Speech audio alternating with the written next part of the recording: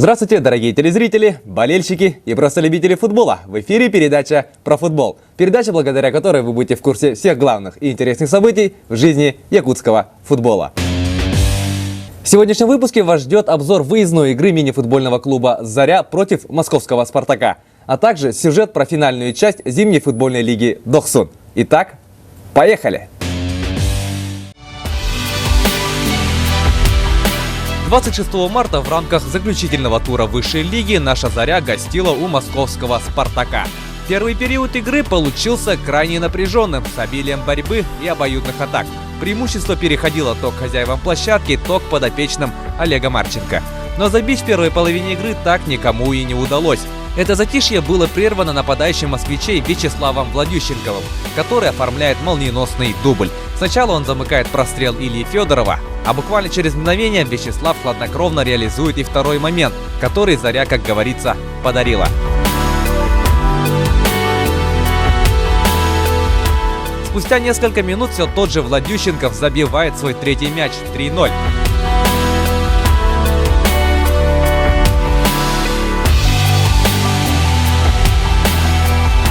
На 47-й минуте встречи Артем Ниязов мощным ударом забивает четвертый мяч хозяев площадки 4-0.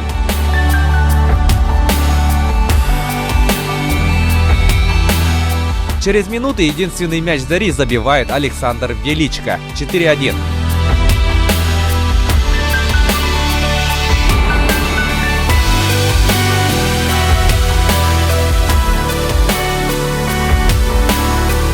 Пацановый занавес матча финальный счет встречи устанавливает универсал «Спартака» Янар Асадов. 5-1 выездное поражение «Зари» в последнем матче регулярного первенства.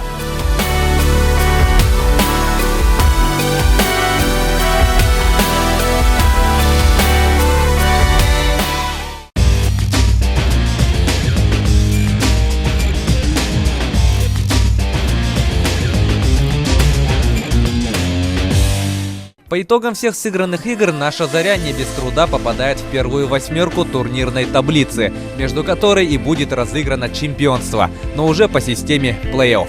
На первом месте регулярный чемпионат завершает Ямал, на втором месте «Спартак», на третьем Ухта, на четвертом месте Ишим-Тюмень-2, на пятом наша «Заря», на шестом месте Алмаз Алроса, на седьмом месте Зенит Саратов, а замыкает восьмерку Факел.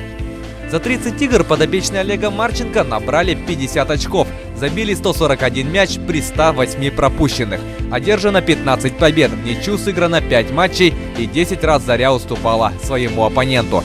На стадии 1/4 финала «Заря» на своей площадке примет мини-футбольный клуб Ишим-Тюмень-2, с которым наша команда играла достаточно часто, и каждая игра получалась крайне трудной. В этом году был очень сильный состав. В чемпионате России были сильные, укомплектованные хорошими игроками и тренерами команды.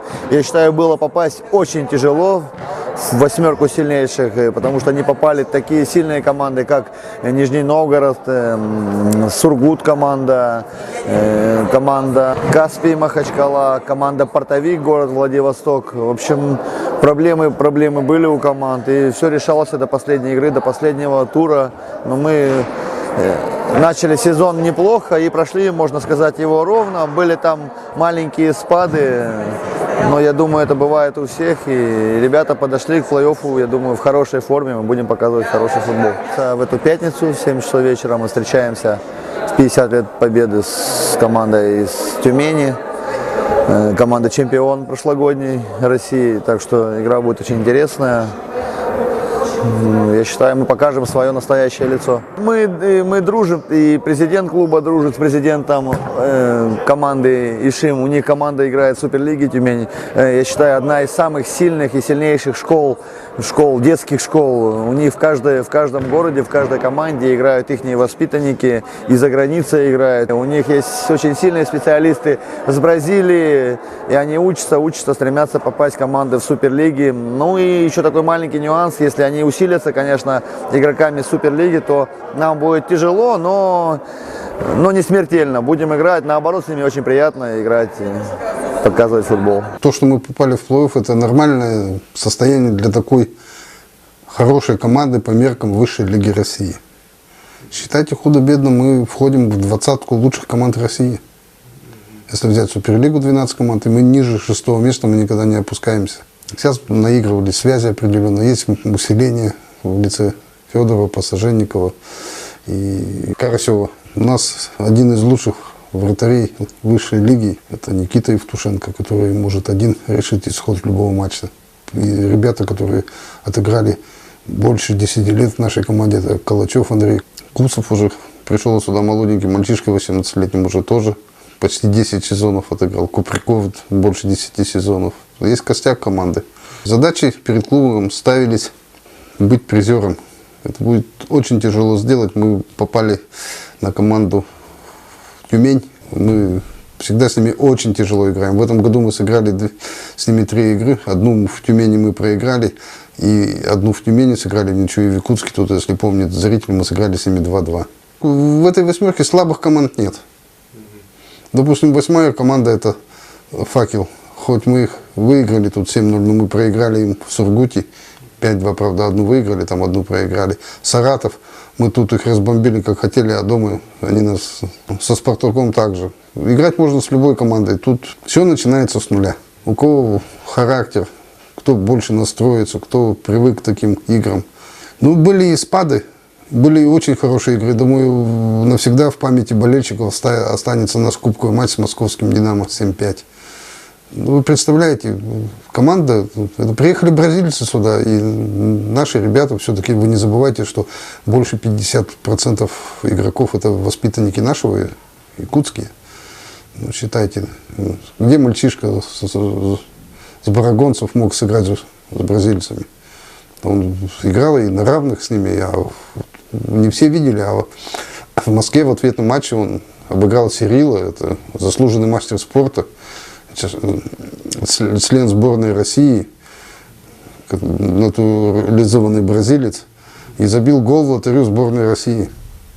Нам надо подпитывать свои резервы. У нас очень хороший по массовости, я думаю, что в России мы занимаем одно из первых, если не первое место. Но все, пора переходить к мастерству. Нужны тренеры, хорошие детские тренеры. Те тренеры, какие есть, они могут довести игроков, детей, только до уровня игрока сборной города, сборной республики. Дальше у них нет базы, чтобы вот этим заниматься. Последние игроки, которые у нас играют местные, это воспитанники тренера Лушникова, Володи.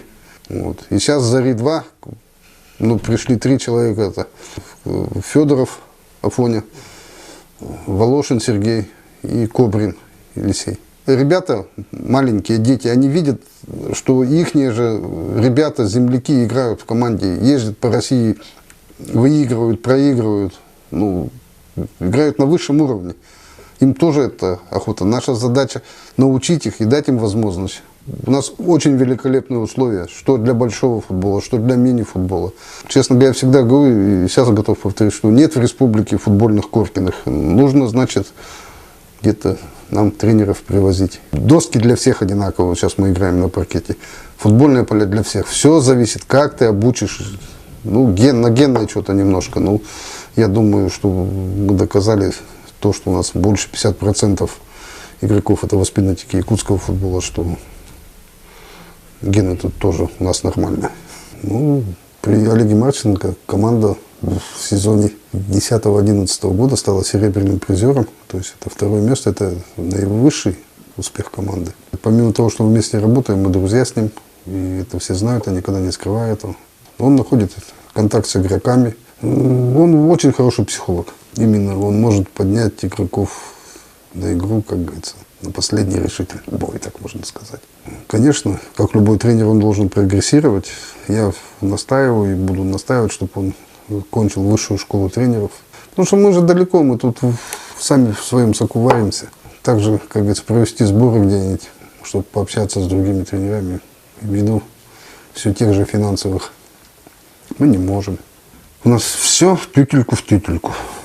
Я скажу, что самые лучшие болельщики – это болельщики якутские. Я имею в виду. Как болеют наши якутские болельщики за нашу команду, большое им спасибо. Это просто тяжело Играть плохо. Не то, что мы обязаны постоянно выигрывать, это невозможно. Но плохо играть просто при таких болельщиках нельзя. При первом тренере Константине Галкине, который сейчас тренирует команду «Тюмень», которая обыграла питерский «Зенит». При Жене Куксевиче, который сейчас тренирует команду «Сибиряк», он сам с депутатского. Традиции передаются. Вот первый капитан, это Сережа Владимиров. Вот при нем это залаживалось, он один из того, что залаживалось. С нашей командой любят играть и не любят, с одной стороны, потому что мы никогда никому не уступаем. Мы проигрываем, но чтобы уступить, ну не может такое быть.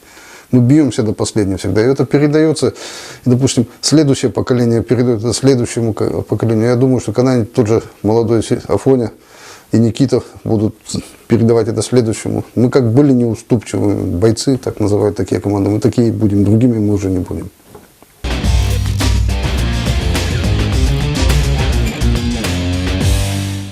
29 марта на крытом футбольном манеже спортивного комплекса «Дохсун» завершился второй этап футбольной лиги с одноименным названием. На данном соревновании участие принимали любительские команды и коллективы физической культуры, клубов, предприятий и учебных заведений города Якутска и Улусов. Второй этап стартовал 1 февраля этого года. Более месяца участники в рамках группового этапа выявляли лучшие команды, которые разыгрывали чемпионство по системе плей-офф. В финальном матче встретились команды «Регион-14» и «Дохсун».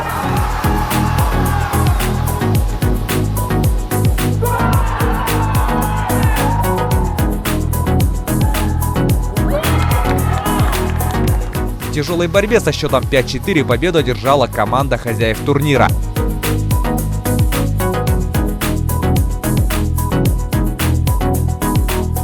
Соответственно, на втором месте турнир завершила команда «Регион-14». А третье место заняла команда «Полярник».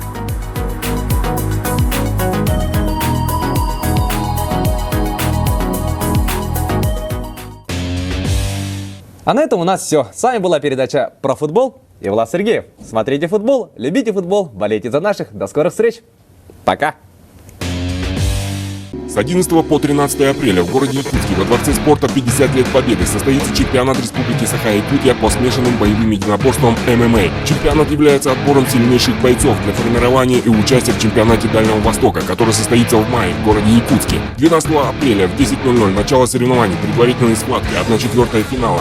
13 апреля в 10:00 полуфиналы, 14:00 финальные схватки. Справки по телефону 8 914 294 92 69.